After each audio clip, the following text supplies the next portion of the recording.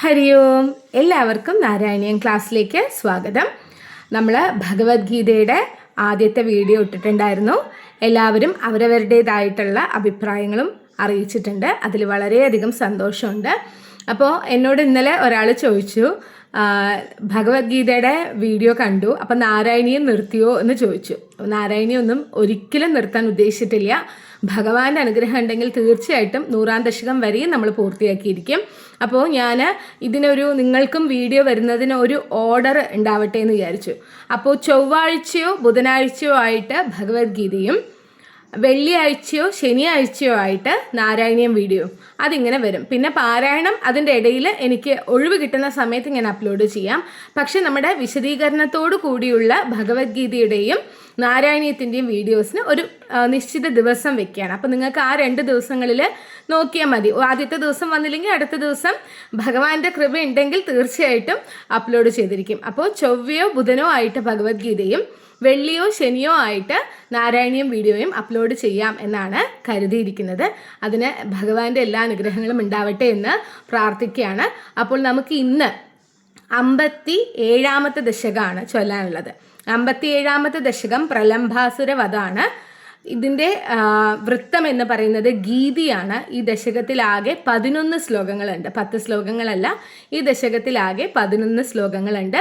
വൃത്തം ഗീതി എന്നുള്ള വൃത്തവുമാണ്. അപ്പോൾ ചൊല്ലിത്തുടങ്ങാം.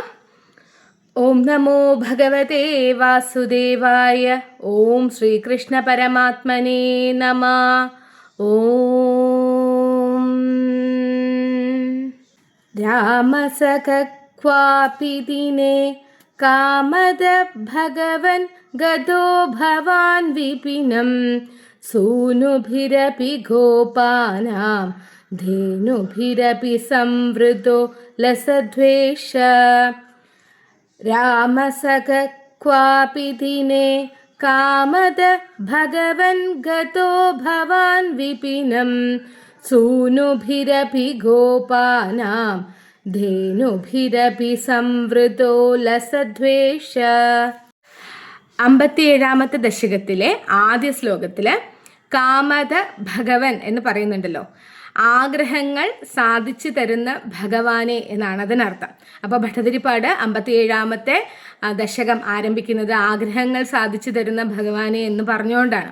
അപ്പോൾ ആഗ്രഹങ്ങൾ സാധിച്ചു തരുന്ന ഭഗവാനെ ഒരിക്കൽ അങ്ങ് ബലരാമനും ഒന്നിച്ച് ഗോപന്മാരുടെ പുത്രന്മാരാലും പശുക്കളാലും ചുറ്റപ്പെട്ട് ശോഭനമായ വേഷത്തോടു കൂടി കാട്ടിലേക്ക് പോയി എന്നാണ് പറയുന്നത്. ഭഗവാൻ കൃഷ്ണന്റെ ഏറ്റവും വലിയ വിനോദമാണല്ലേ പശുക്കളെ മേയ്ക്കാൻ വേണ്ടി പോകുന്നത്. കൂട്ടുകാരോടൊത്തൊക്കെ കളിച്ച് ചിരിച്ച് രസിച്ച് പശുക്കളെ മേയിച്ച് നടക്കുന്നതാണ് ഭഗവാൻ ഏറ്റവും ഇഷ്ടപ്പെട്ട വിനോദം എന്ന് പറയുന്നത്. അപ്പോൾ വിനോദം എന്ന് മാത്രമല്ല, അത് ഭഗവാന്റെ ഒരു ഉത്തരവാദിത്വം കൂടിയാണ് അല്ലേ. അപ്പോൾ അങ്ങനെ എല്ലാ ദിവസത്തെയും പോലെ തന്നെ ബലരാമനും ഒന്നിച്ച് ശോഭനമായിട്ടുള്ള നല്ല മനോഹരമായിട്ടുള്ള വേഷമൊക്കെ അണിഞ്ഞ് പശുക്കളാലും ഗോപബാലന്മാരാലും ചുറ്റപ്പെട്ട് വനത്തിലേക്ക് പുറപ്പെട്ടു എന്നാണ് 1-ാമത്തെ ശ്ലോകത്തിൽ വിശദീകരിക്കുന്നത്. അപ്പോൾ 1-ാമത്തെ ശ്ലോകത്തിൽ മനസ്സിലാക്കാൻ അത്രയേ ഉള്ളൂ. ആഗ്രഹങ്ങൾ സാധിച്ചു തരുന്ന ഭഗവാനെ അങ്ങൊരിക്കൽ ഒരു ദിവസം ബലരാമനും ഒന്നിച്ച് ശോഭന വേഷമണിഞ്ഞ് ഗോപബാലന്മാരാലും പശുക്കളാലും ചുറ്റപ്പെട്ട് കാട്ടിലേക്ക് പുറപ്പെട്ടു. അവരുടെയൊക്കെ കൂടെ കാട്ടിലേക്ക് പോയി എന്നാണ് പറയുന്നത്. ഇനി 2-ാമത്തെ ശ്ലോകം ചൊല്ലാം. സന്ദർശയൻ ബലായ സ്വൈരം വൃന്ദാവനശ്രിയം വിമലാം കാണ്ഡീരൈ സഹബാലൈർഭാണ്ഡീരകമാഗമോ വടം ക്രീഡൻ. സന്ദർശയൻ ബലായ സ്വൈരം വൃന്ദാവനശ്രിയം വിമലാം കാണ്ഡീരൈ സഹബാലൈർഭാണ്ഡീരകമാഗമോ വടം ക്രീഡൻ.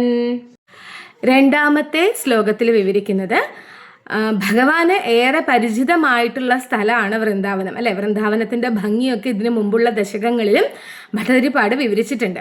അപ്പോൾ ഇങ്ങനെ ജ്യേഷ്ഠനോടൊപ്പം ഇങ്ങനെ ആ വനത്തിലൂടെ സഞ്ചരിക്കുമ്പോൾ, വൃന്ദാവനത്തിലൂടെ ഇങ്ങനെ സഞ്ചരിക്കുന്ന സമയത്ത് ഭഗവാൻ ഇങ്ങനെ കൃഷ്ണൻ ഇങ്ങനെ ജ്യേഷ്ഠനോട് പറയണം, ജ്യേഷ്ഠ അത് നോക്കൂ, അത് നോക്കൂ, ഇത് നോക്കൂ, അതെന്ത് ഭംഗിയാലേ. നമ്മളൊരു സ്ഥലത്ത് യാത്ര പോകുമ്പോൾ നമ്മൾ കൂടെയുള്ളവരോട്, നമ്മുടെ പ്രിയപ്പെട്ടവരോട് നമ്മൾ എങ്ങനെയാണോ സംസാരിക്കുക, അതേപോലെ ഭഗവാൻ ഇങ്ങനെ ജ്യേഷ്ഠനോട്, ജ്യേഷ്ഠ അത് നോക്കൂ, ഇത് നോക്കൂ എന്നൊക്കെ പറഞ്ഞിട്ട് വൃന്ദാവനത്തിൽ അത്രയും ഭംഗിയുള്ള കാഴ്ചകൾ ഓരോന്നും ഇങ്ങനെ കാണിച്ചു കൊടുത്തുകൊണ്ട് ലീലാമയനായി നടക്കുകയാണ് എന്ന് ഭട്ടതിരിപ്പാട് പറയുകയാണ്. അപ്പോൾ ഈ കൂടെയുള്ള ഗോപബാലന്മാരൊക്കെ വടികൾ ഏന്തിയിട്ടുണ്ട്, ബാലകന്മാരൊക്കെ വടികൾ ഏന്തിയിട്ടുണ്ട്. പശുവിനെ മേയ്ക്കാൻ കൊണ്ടുപോകുമ്പോൾ ഉള്ള കാലിക്കോലുണ്ടല്ലോ, അത് തന്നെ. അപ്പം അത് കയ്യിൽ ഏന്തിയിട്ടാണ് ബാലകന്മാർ നടക്കുന്നത്. അങ്ങനെ നടന്ന് അവർ ഭാണ്ഡീരകം എന്ന് പേരുള്ള ഒരു വടവൃക്ഷത്തിൻ്റെ അടുത്തെത്തി എന്നാണ് പറയുന്നത്. ഭാണ്ഡീരകം എന്ന് പറയുന്നത് പേരാലാണ്. അങ്ങനെയുള്ള ആ പേരാലിൻ്റെ, ഭാണ്ഡീരകം എന്ന് പേരുള്ള വടവൃക്ഷത്തിൻ്റെ അടുത്ത്, പേരാലിൻ്റെ അടുത്ത് അവരെത്തി എന്നാണ് രണ്ടാമത്തെ ശ്ലോകത്തിൽ വിവരിക്കുന്നത്. അപ്പോൾ രണ്ടാമത്തെ ശ്ലോകത്തിൽ മനസ്സിലാക്കാൻ അത്രയേ ഉള്ളൂ. ജ്യേഷ്ഠൻ ബലരാമനോടൊത്ത് വൃന്ദാവനത്തിലൂടെ ഇങ്ങനെ സഞ്ചരിക്കുമ്പോൾ വൃന്ദാവനത്തിൻ്റെ മനോഹാരിത ഓരോന്നും വിവരിച്ചു കൊടുത്തുകൊണ്ട് ലീലാമയനായി ഭഗവാൻ ഇങ്ങനെ നടക്കുകയാണ്. വടികളേന്തിയ ബാലകന്മാരോടൊപ്പം ഭാണ്ഡീരകം എന്ന് പേരുള്ള വടവൃക്ഷത്തിൻ്റെ അരികിൽ അവർ ചെന്നെത്തി എന്നാണ് വിവരിക്കുന്നത്. ഇനി നമുക്ക് മൂന്നാമത്തെ ശ്ലോകം ചൊല്ലാം. താവത്താവകനിധന സ്പൃഹയാലുർഗോപമൂർത്തിരഥയാലു ദൈത്യപ്രലംഭനാമാ പ്രലംബബാഹും ഭവന്തമാപേദേ. താവത്താവകനിധന സ്പൃഹയാലുർഗോപമൂർത്തിരഥയാലു ദൈത്യപ്രലംഭനാമാ പ്രലംബബാഹും ഭവന്തമാപേദേ. മൂന്നാമത്തെ ശ്ലോകത്തിൽ വിവരിക്കുന്നത് പ്രലംബാസുരൻ ഭഗവാന്റെ അടുക്കൽ എത്തുന്നതാണ്. അപ്പോൾ ഇവിടെ ഭട്ടതിരിപ്പാട് പറയാണ്, ഭഗവാന്റെ വധത്തിന് ആഗ്രഹമുള്ളവനും അല്പം പോലും ദയയില്ലാത്തവനുമായ പ്രലംബാസുരൻ ഒരു ഗോപന്റെ വേഷം ധരിച്ച്, അപ്പോൾ കൂട്ടുകാരുടെ കൂടെ തന്നെ വേഷമാകുമ്പോൾ ആർക്കും അവിടെ സംശയം തോന്നില്ലല്ലോ. അപ്പോൾ അവരുടെ കൂട്ടത്തിൽ തന്നെ ഒരാളാണ് എന്ന് തോന്നിക്കും പോലെ ഗോപന്റെ വേഷം എടുത്തുകൊണ്ട് ഭഗവാന്റെ അടുക്കലേക്ക് എത്തിച്ചേർന്നു എന്നാണ് പറയുന്നത്. അപ്പോൾ ഭഗവാനെ വധിക്കണം എന്ന് ആഗ്രഹിച്ചിട്ടാണ് അവൻ വരുന്നത്. അല്പം പോലും ദയയില്ലാത്തവനാണ് ആ അസുരൻ. പിന്നെ ആ അസുരൻ്റെ രൂപത്തെക്കുറിച്ചും ഭട്ടതിരിപ്പാട് ഈ ശ്ലോകത്തിൽ പറയുന്നുണ്ട്. കൈകൾ കാൽമുട്ട് വരെ നീളമുള്ളതാണെന്ന്, അതായത് കൈകൾക്ക് അസ്വാഭാവികമായിട്ടുള്ള നീളമുണ്ട് ആ അസുരന്. അപ്പം അങ്ങനെയുള്ള ഗോപബാലൻ്റെ രൂപത്തിലാണ് പ്രലംബാസുരൻ ഭഗവാന്റെ അടുക്കൽ വന്നത്. അപ്പം അത്രയേ ഉള്ളൂ മൂന്നാമത്തെ ശ്ലോകത്തിൽ മനസ്സിലാക്കാൻ. ഭഗവാന്റെ വധത്തിന് ആഗ്രഹമുള്ളവനും, ഭഗവാൻ ശ്രീകൃഷ്ണൻ്റെ വധത്തിന് ആഗ്രഹമുള്ളവനും അല്പം പോലും ദയയില്ലാത്തവനുമായ പ്രലംബാസുരൻ ഒരു ഗോപന്റെ വേഷം സ്വീകരിച്ച് ഭഗവാന്റെ അടുക്കൽ ചെന്നെത്തിച്ചേർന്നു. അവൻ്റെ കൈകൾ കാൽമുട്ടുവരെ നീളമുള്ളവയായിരുന്നു എന്നാണ് പറയുന്നത്. ഇനി നമുക്ക് നാലാമത്തെ ശ്ലോകം ചൊല്ലാം. ജാനന്നപ്യവിജാനനിവ തേന സമം നിബദ്ധ സൗഹാർദ്ദ വടനികടേ പടുപശുപ വ്യാബദ്ധം ദ്വന്ദ്വയുദ്ധമാരബ്ധ. ജാനന്നപ്യവിജാനന്നിവ തേന സമം നിബദ്ധ സൗഹാർദ്ദ വടനികടേ പടുപശുപ വ്യാബദ്ധം ദ്വന്ദ്വയുദ്ധമാരബ്ധ. നാലാമത്തെ ശ്ലോകത്തിൽ വിവരിക്കുന്നത് പ്രലംബാസുരനാണ് ഈ ഗോപന്റെ വേഷം സ്വീകരിച്ച് അടുത്ത് വന്നിരിക്കുന്നത് എന്ന് ഭഗവാൻ അറിയാം. ഭഗവാൻ അവനെ മനസ്സിലായി. ഭഗവാന് എല്ലാ ഭക്തന്മാരുടെയും മനസ്സറിയുന്നവനാണ് ഭഗവാൻ, അല്ലേ? അപ്പോൾ ഭഗവാൻ ഉണ്ടോ ഇങ്ങനെ വേഷം മാറി വന്നിരിക്കുന്ന അസുരനെ മനസ്സിലാക്കാൻ കഴിയാതെ പോണു? അപ്പോൾ ഭഗവാന് മനസ്സിലായി അത് പ്രലംബാസുരനാണ് എന്ന്. എന്നാലും അറിഞ്ഞ ഭാവം ഭഗവാൻ കാണിച്ചില്ല. എല്ലാവരോടും സൗഹൃദത്തോടു കൂടി നടക്കുന്നത് പോലെ തന്നെ ഈ പ്രലംബാസുരനോടൊപ്പവും സൗഹൃദത്തോടു കൂടി തന്നെ നടന്ന് ആ പേരാലിൻ്റെ അടുക്കൽ അവർ സമർത്ഥന്മാരായിട്ടുള്ള ഗോപന്മാർ തമ്മിൽ ദ്വന്ദ്വയുദ്ധം നടത്തും. നമ്മളിങ്ങനെ കൈ ഇങ്ങനെ പിടിച്ചിട്ട് നോക്കില്ലേ ശക്തി ആർക്കാന്ന്, അങ്ങനെയുള്ള ദ്വന്ദ്വയുദ്ധം നടത്തും. അവരൊരു കളിയായിട്ട് അതങ്ങനെ ചെയ്യുന്നതാണ്. അപ്പോൾ അങ്ങനെ പേരാലിൻ്റെ അടുക്കൽ വെച്ചിട്ട് നമുക്ക് അങ്ങനെ ദ്വന്ദ്വയുദ്ധം നടത്താം എന്നൊക്കെ പറഞ്ഞ് ആ കളി അവരവിടെ ആരംഭിച്ചു. ദ്വന്ദ്വയുദ്ധം ആരംഭിച്ചു എന്നാണ് 4-ാമത്തെ ശ്ലോകത്തിൽ വിവരിക്കുന്നത്. അപ്പോൾ 4-ാമത്തെ ശ്ലോകത്തിൽ മനസ്സിലാക്കാൻ അത്രയേ ഉള്ളൂ. പ്രലംബാസുരൻ വേഷം മാറി ഭഗവാന്റെ അടുക്കൽ എത്തി. പക്ഷേ ഭഗവാന് അവനെ മനസ്സിലായി. എന്നാൽ അറിഞ്ഞ ഭാവം കാണിക്കാതെ സൗഹൃദത്തിലെ ബാക്കിയുള്ളവരോടൊക്കെയുള്ള സൗഹൃദം പോലെ തന്നെ അവനോടും സൗഹൃദം കാണിച്ച് അവർ ആ പേരാലിൻ്റെ അടുക്കൽ സമർത്ഥന്മാരായിട്ടുള്ള ഗോപന്മാർ തമ്മിൽ നടത്തുന്ന ദ്വന്ദ്വയുദ്ധം ആരംഭിച്ചു എന്നാണ് പറയുന്നത്. ഇനി നമുക്ക് 5-ാമത്തെ ശ്ലോകം ചൊല്ലാം.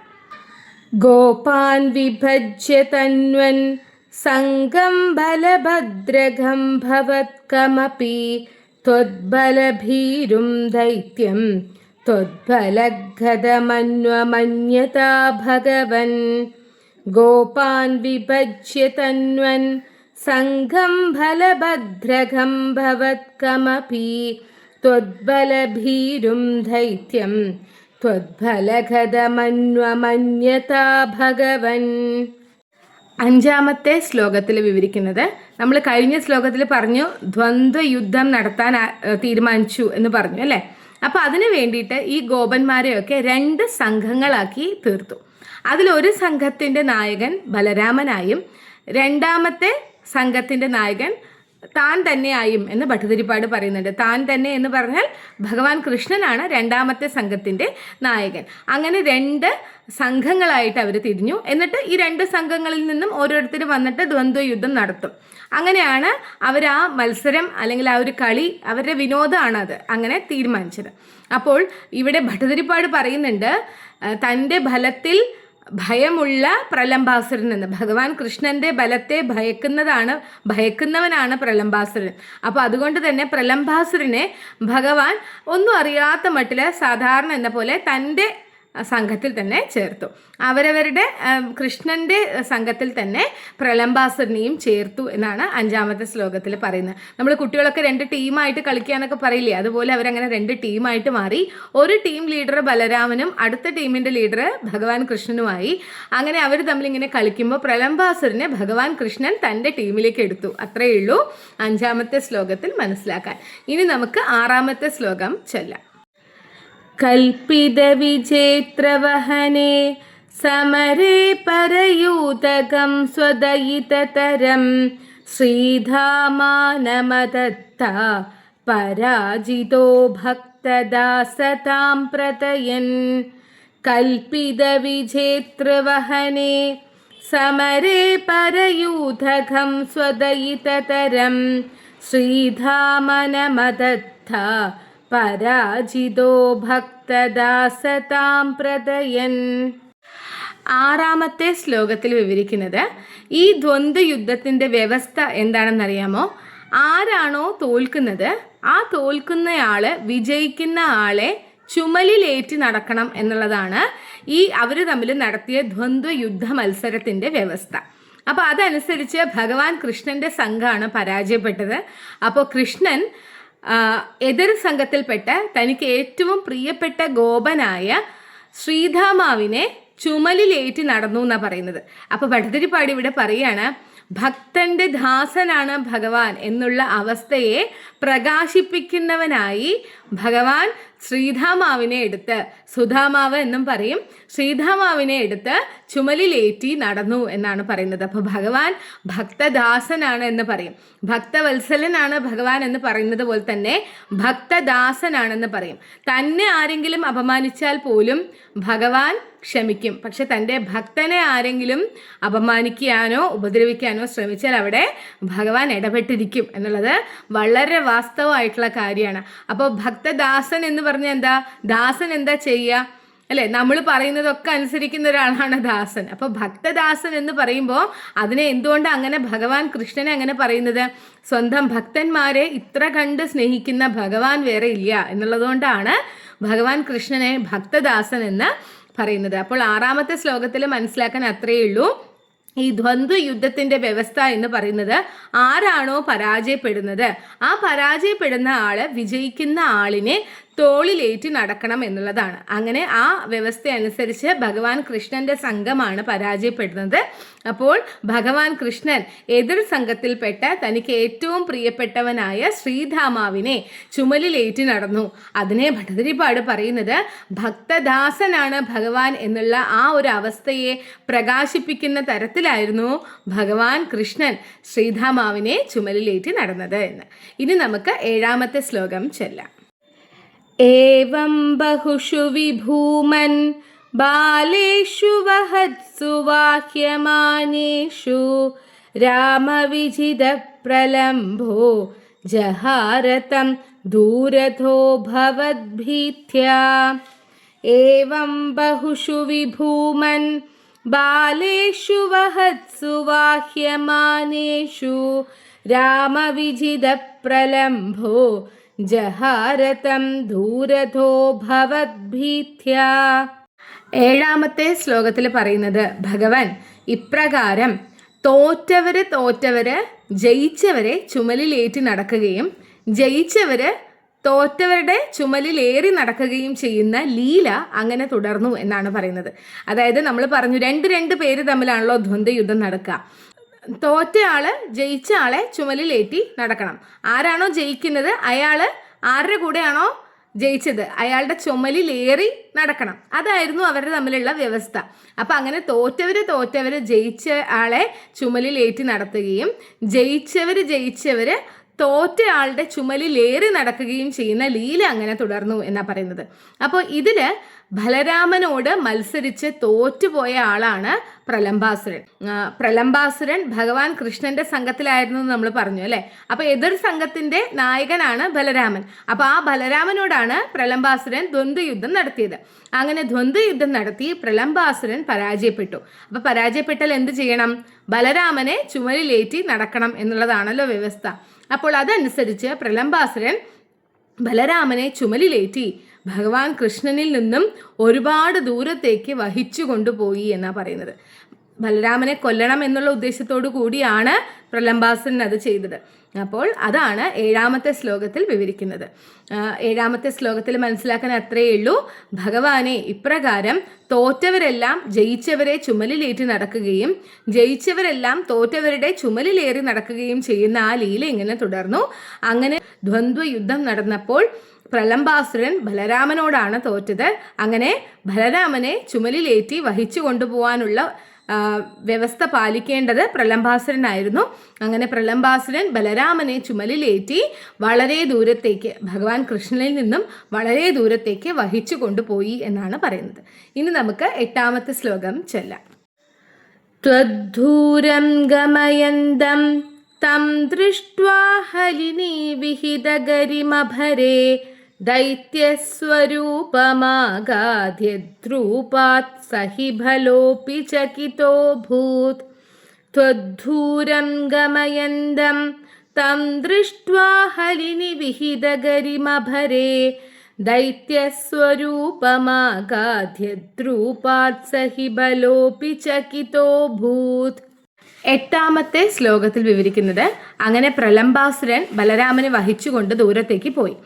അപ്പോൾ ഒരു കൃഷ്ണനിൽ നിന്നും വളരെ ദൂരത്തേക്ക് കൊണ്ടുപോയപ്പോൾ ബലരാമന് ഒരു ചെറിയ സംശയം തോന്നാതിരുന്നില്ല. അപ്പോൾ ബലരാമൻ എന്ത് ചെയ്തു?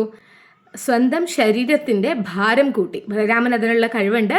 സ്വന്തം ശരീരത്തിൻ്റെ ഭാരം കൂട്ടിയപ്പോൾ പ്രലംബാസുരന് ബലരാമനെ വഹിക്കാൻ സാധിക്കാതെ വന്നു. അപ്പോൾ അങ്ങനെ ബലരാമനെ വഹിക്കണമെങ്കിൽ ഈ ഗോപന്റെ രൂപം വെടിഞ്ഞ് സ്വന്തം രൂപം സ്വീകരിക്കണം. അതിനുവേണ്ടി പ്രലംബാസുരൻ ആ ഗോപന്റെ രൂപം വെടിഞ്ഞ് സ്വന്തം രൂപമായ ആ അസുര രൂപം എടുത്തു. അതെടുത്തപ്പോൾ ബലരാമൻ ഒന്ന് ഭയന്നു എന്നാണ് 8ാമത്തെ ശ്ലോകത്തിൽ പറയുന്നത്. അപ്പോൾ 8ാമത്തെ ശ്ലോകത്തിൽ മനസ്സിലാക്കാൻ അത്രയേ ഉള്ളൂ. പ്രലംബാസുരൻ ബലരാമനെയും കൊണ്ട് ദൂരത്തേക്ക് പോയപ്പോൾ ബലരാമൻ സ്വന്തം ശരീരത്തിൻ്റെ ഭാരം വർദ്ധിപ്പിച്ചു. അപ്പോൾ പ്രലംബാസുരന് താങ്ങാൻ കഴിയാതെ വന്നപ്പോൾ താൻ സ്വീകരിച്ചിരുന്ന ഗോപന്റെ രൂപം വെടിഞ്ഞ് അസുര രൂപം എടുത്തു. അതെടുത്ത സമയത്ത് ബലരാമൻ തെല്ലൊന്ന് ഭയന്നു. കാരണം ഏതോ ഒരു ഗോപബാലനാണ് എന്ന് കരുതിയാണ് ഈ കളിക്കും ഇതിനൊക്കെ നിന്നത്. അപ്പൊ പെട്ടെന്ന് അത് ഗോപനല്ല അസുരനാണ് എന്ന് കണ്ടപ്പോൾ ബലരാമനും ഒന്ന് ഭയന്നു എന്നാണ് 8ാമത്തെ ശ്ലോകത്തിൽ വിവരിക്കുന്നത്. ഇനി നമുക്ക് 9ാമത്തെ ശ്ലോകം ചൊല്ലാം. ഉച്ച ഉച്ചതയാ ദൈത്യതനോസ്ത്വന്മുഖമാലോക്യ ദൂരതോ രാമ വിഗതഭയോ ദൃഢമുഷ്ട്യ ഭൃശദുഷ്ടം സപതി പിഷ്ടവാനേനം. ഉച്ചതയാ ദൈത്യതനോസ്ത്വന്മുഖമാലോക്യ ദൂരതോ രാമ വിഗതഭയോ ദൃഢമുഷ്ട്യ ഭൃശദുഷ്ടം സപതി പിഷ്ടവാനേനം. 8ാമത്തെ ശ്ലോകത്തിൽ പറഞ്ഞതുപോലെ ആ അസുരൻ സ്വരൂപം എടുത്തു എന്ന് പറഞ്ഞല്ലോ. അപ്പോൾ എന്ത് സംഭവിച്ചു? അസുരൻ ഭീമാകാരനായി, നല്ല പൊക്കത്തിലായി. അപ്പോൾ അത്രയും പൊക്കത്തിലാണ് ബലരാമനെ തോളിലേറ്റിയിരിക്കുന്നത്. അങ്ങനെ ആ തോളിൽ കിടന്നുകൊണ്ട് ബലരാമന് ഭഗവാൻ കൃഷ്ണനെ കാണാൻ കഴിഞ്ഞു. ഉയരത്തിലുള്ള സ്ഥലത്ത് നിൽക്കുമ്പോൾ നമുക്ക് ചുറ്റുമുള്ളതൊക്കെ കാണാൻ പറ്റും അല്ലേ. അപ്പം അങ്ങനെ പൊക്കത്തിലായപ്പോൾ ദൂരെ നിന്നും ഭഗവാൻ കൃഷ്ണനെ ബലരാമൻ കണ്ടു. അപ്പം കൃഷ്ണനെ കണ്ട സമയത്ത് ബലരാമന് ധൈര്യം വന്നു. എന്നിട്ട് എന്ത് ചെയ്തു? ആ അസുരനെ ഞെക്കി പിഴിഞ്ഞു കളഞ്ഞു എന്നാണ് പറഞ്ഞത്. അങ്ങനെ കശക്കി കളഞ്ഞു, ഞെക്കി ഞെരുക്കി അങ്ങ് കൊന്നു. കാരണം ബലരാമൻ അത്രയും ശക്തിയുള്ളതാണ് അല്ലേ. അപ്പം അങ്ങനെ ഞെക്കി പിഴിഞ്ഞ് ആ അസുരനെ വധിച്ചു എന്ന് പറയുന്നത്. അപ്പം ഇതിൽ നമ്മൾ മനസ്സിലാക്കേണ്ടുന്ന ഒരു കാര്യമുണ്ട്. ഭഗവാൻ കൃഷ്ണനിൽ നിന്നും ദൂരത്തേക്ക് ബലരാമനെ കൊണ്ടുപോയ സമയത്ത് അസുരൻ സ്വരൂപം എടുത്തപ്പോൾ ബലരാമന് ഭയവും ആശങ്കയൊക്കെ ഉണ്ടായി. എന്നാൽ ഭഗവാൻ കൃഷ്ണനെ കണ്ടപ്പോൾ ധൈര്യം വന്നു എന്ന് പറയുന്നു. അതുപോലെ തന്നെയാണ് നമ്മൾക്കും അല്ലേ. ഭഗവാനിൽ നിന്നും നമ്മൾ അകന്നു പോയി കഴിഞ്ഞാൽ നമുക്ക് ഭയം, ആശങ്ക, അങ്ങനെ ഒട്ടേറെ പ്രശ്നങ്ങൾ ഉണ്ടാവും. എന്നാൽ ഭഗവാനോട് എന്ന് നമ്മൾ ചേർന്ന് നിൽക്കുന്നുവോ അന്ന് നമുക്ക് ധൈര്യവും കോൺഫിഡൻസും ആത്മവിശ്വാസവും ഒക്കെ ഉണ്ടാവും എന്ന് സാരം. അപ്പോൾ അത്രയേ ഉള്ളൂ 9ാമത്തെ ശ്ലോകത്തിൽ മനസ്സിലാക്കാൻ. ആ അസുരൻ സ്വശരീരം ഭീമാകാരമാക്കിയപ്പോൾ അത്രയും പൊക്കത്തിൽ നിന്നും ബലരാമൻ ശ്രീകൃഷ്ണനെ കണ്ടു. ശ്രീകൃഷ്ണനെ കണ്ടപ്പോൾ ബലരാമന് ധൈര്യം വന്നു. തൻ്റെ ശക്തി, ബലരാമൻ നല്ല ബലവാനാണല്ലോ, അപ്പോൾ സ്വന്തം ശക്തി തിരിച്ചറിഞ്ഞ് ആ പ്രലംബാസുരനെ ഞെക്കി കശക്കി കളഞ്ഞു എന്നാണ് പറയുന്നത്. ഇനി നമുക്ക് 10ാമത്തെ ശ്ലോകം ചൊല്ലാം. ഹത്വാ ദാനവവീരം പ്രാപ്തം ബലമാലിലിംഘിത പ്രേംണ താവന്മിളതോർയുവയോ ശിരസി കൃതാ പുഷ്പവൃഷ്ടിരമരഗണൈ. ഹത്വാ ദാനവവീരം പ്രാപ്തം ബലമാലിലിംഘിത പ്രേംണ താവന്മിളതോർയുവയോ ശിരസി കൃതാ പുഷ്പവൃഷ്ടിരമരഗണൈ. 10ാമത്തെ ശ്ലോകത്തിൽ വിവരിക്കുന്നത് അങ്ങനെ ആ അസുരനെ ഹനിച്ചിട്ട് ബലരാമൻ തിരിച്ചു വന്ന സമയത്ത് ഭഗവാൻ കൃഷ്ണൻ പ്രേമത്തോടു കൂടി ബലരാമനെ ആലിംഗനം ചെയ്തു എന്നാണ് പറയുന്നത്.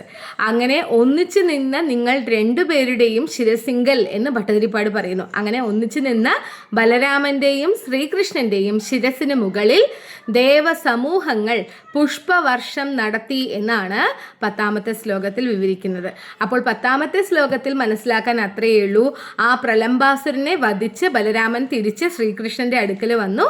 അപ്പോൾ ശ്രീകൃഷ്ണൻ പ്രേമത്തോടുകൂടി ബലരാമനെ ആലിംഗനം ചെയ്തു. അങ്ങനെ ഒന്നിച്ചു നിന്ന് അവർ രണ്ടുപേരുടെയും ശിരസിന് മുകളിൽ ദേവസമൂഹങ്ങൾ പുഷ്പവൃഷ്ടി നടത്തി എന്നാണ് 10ാമത്തെ ശ്ലോകത്തിൽ വിവരിക്കുന്നത്. ഇനി നമുക്ക് ഈ ദശകത്തിലെ അവസാന ശ്ലോകമായ 11ാമത്തെ ശ്ലോകം ചൊല്ലാം. ആലംഭോ ഭുവനാനാം പ്രാലംബം നിധനമേവ മാരചയൻ കാലം വിഹായ സദ്യോ ലോലംബരുചേ ഹരേ ഹരേ ക്ലേശാൻ. ആലംഭോ ഭുവനാനാം പ്രാലംബം നിധനമേവ മാരചയൻ കാലം വിഹായ സദ്യോ ലോലംബരുചേ ഹരേ ഹരേ ക്ലേശാൻ. 11ാമത്തെ ശ്ലോകത്തിൽ വിവരിക്കുന്നത് ഭഗവാനെ ഭട്ടതിരിപ്പാട് പറയാണ്, കാർവണ്ടിൻ്റെ ശോഭയുള്ളവനെ. കാർവണ്ടിൻ്റെ നിറമാണ് ഭഗവാൻ എന്നാ പറയുക. അപ്പോൾ കാർവണ്ടിൻ്റെ ശോഭയുള്ളവനെ, അല്ലയോ മഹാവിഷ്ണു, ഈ ലോകങ്ങളുടെ ആലംബനും. ഭഗവാൻ ഈ ലോകത്തിൻ്റെ തന്നെ ആശ്രയമാണ് അല്ലേ. നമുക്ക് അഭയം തരുന്ന ആളാണ് ഭഗവാൻ. അപ്പോൾ ഈ ലോകങ്ങളുടെ തന്നെ ആശ്രയമാണ് ഭഗവാൻ. അപ്പോൾ അതുകൊണ്ടാണ് പറയുന്നത് ലോകങ്ങളുടെ ആലംബനും പ്രലംബനെ ഹനനം ചെയ്യുന്നവനുമായ. ആലംബം, പ്രലംബൻ, അതിനെ ഇങ്ങനെ റൈമിങ് വേർഡ്സ് ആയിട്ട് യൂസ് ചെയ്തിരിക്കുകയാണ്. അപ്പോൾ പ്രലംബനെ ഹനനം ചെയ്യുന്നവനും ഹനിക്കുന്നവനുമായ അങ്ങ് ഒട്ടും കാലം കളയാതെ ഒട്ടും സമയം കളയാതെ എൻ്റെ ദുഃഖങ്ങളെ അകറ്റേണമേ എന്ന് പറഞ്ഞുകൊണ്ട് ഭട്ടതിരിപ്പാട് 11ാമത്തെ ശ്ലോകവും 57ാമത്തെ ദശകവും ഇവിടെ അവസാനിപ്പിക്കുകയാണ്. 11ാമത്തെ ശ്ലോകത്തിൽ മനസ്സിലാക്കാൻ അത്രയേ ഉള്ളൂ. കാർവണ്ടിൻ്റെ ശോഭയുള്ളവനെ മഹാവിഷ്ണു, അങ്ങ് ഈ ലോകത്തിൻ്റെ തന്നെ ആലംബനും പ്രലംബനെ ഹനനം ചെയ്യുന്നവനുമാണ്. അങ്ങനെയുള്ള അങ്ങ് എന്നെ കാലം കളയാതെ എന്നെ എൻ്റെ ദുഃഖങ്ങളിൽ നിന്നും രക്ഷിക്കണമേ, എന്നെ എൻ്റെ ദുഃഖങ്ങളൊക്കെ മാറ്റി എന്നെ സംരക്ഷിക്കണമേ എന്ന് പറഞ്ഞുകൊണ്ട് ഭട്ടതിരിപ്പാട് 11ാമത്തെ ശ്ലോകം അവസാനിപ്പിക്കുന്നു. അങ്ങനെ 57ാമത്തെ ദശകവും ഇവിടെ പൂർത്തിയാവുകയാണ്. അപ്പോൾ നമുക്ക് ഇന്ന് ചൊല്ലിയ 11 ശ്ലോകങ്ങളും ഒന്നുകൂടി ചൊല്ലാം. രാമസഖ്വാപി ദിനേ കാമദ ഭഗവൻ ഗതോ ഭവാൻ വിപിനം സൂനുഭിരപി ഗോപാനാം ധേനുഭിരപി സംവൃദ്ധോ ലസദ്വേഷ സന്ദർശയൻ ബലായ സ്വൈരം വൃന്ദാവനശ്രിയം വിമലാം കാണ്ഡീരൈ സഹ ബാലൈർഭാണ്ഡീരകമാഘമോ വടം ക്രീഡൻ താവത്താവകനിധന